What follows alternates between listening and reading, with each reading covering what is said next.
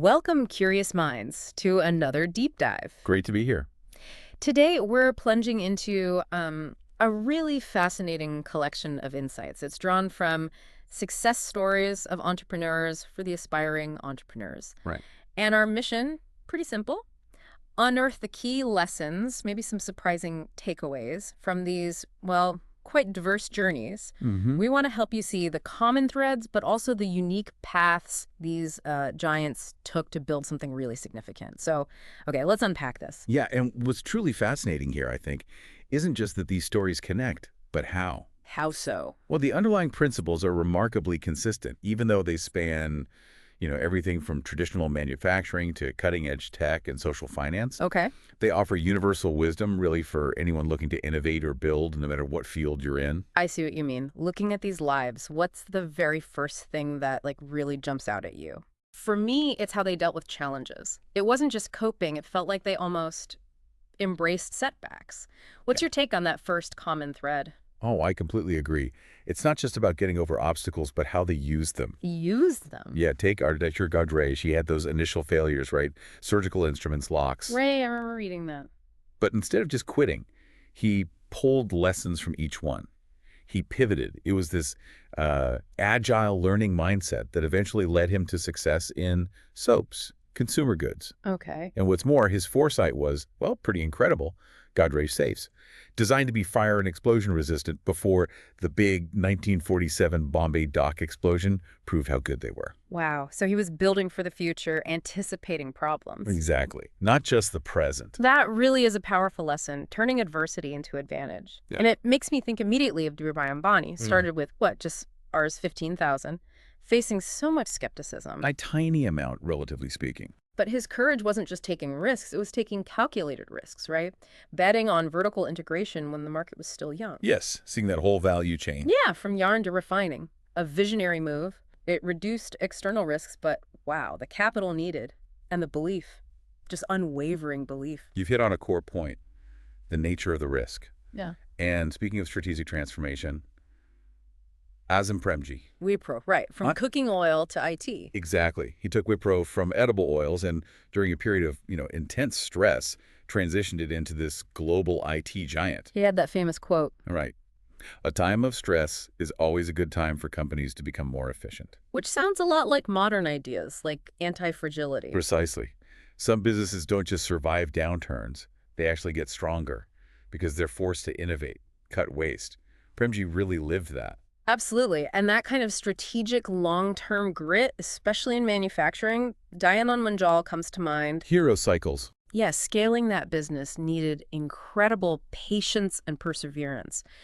Building the infrastructure, the supply chains, the dealer networks, just brick by brick. It's a reminder, isn't it? Some foundational businesses just demand that relentless grinding effort. No shortcuts there. Exactly. Okay, so these leaders clearly had grit, perseverance. But what's really remarkable is how they changed industries, often just by refusing to compromise on quality and constantly innovating, even in, well, what we might now see as traditional sectors. It's so true. Godrej, again. Yeah. He was a disruptor. He literally disproved the myth that you needed animal fats for good soap How? by creating a qualitative soap from vegetable oils. Total game changer. Wow. And D.P. Dandekar Kamlin. He completely turned the ink market upside down with Swadeshi items, high-quality, locally made alternatives. That resonated, with the time. Yeah, and the branding. Oh, the branding was genius. Naming it Camel, inspired by a cigarette ad, of all things. Talk about unconventional market research. Right. And then he built community with the All India Camel Color Contest. Super clever. That is clever. Building a brand and a following.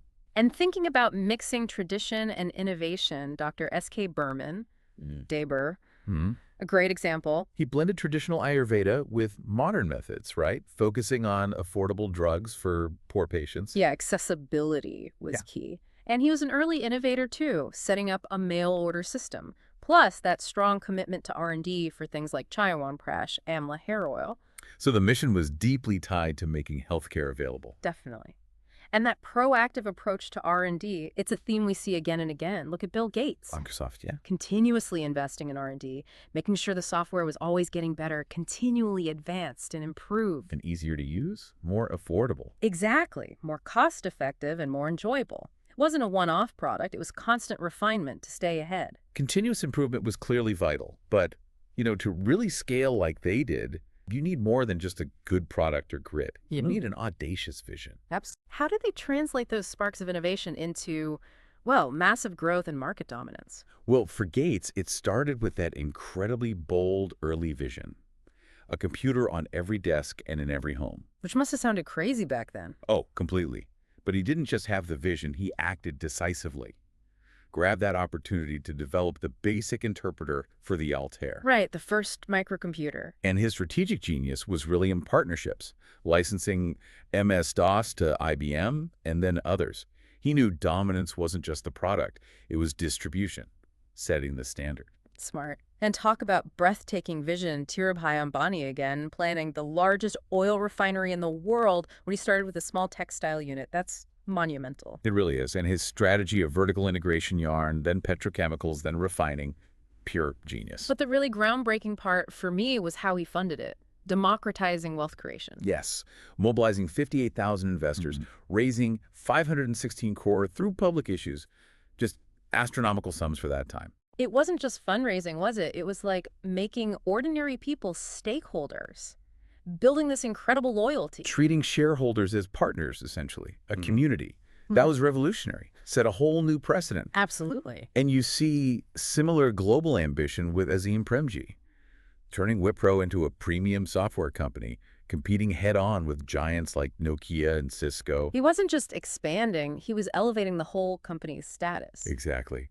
Or Dayanand Munjal, focusing on core competence first, mastering bicycle components before making full bikes. Which allowed him to achieve Economics of scale and most optimum use of resources. Efficiency.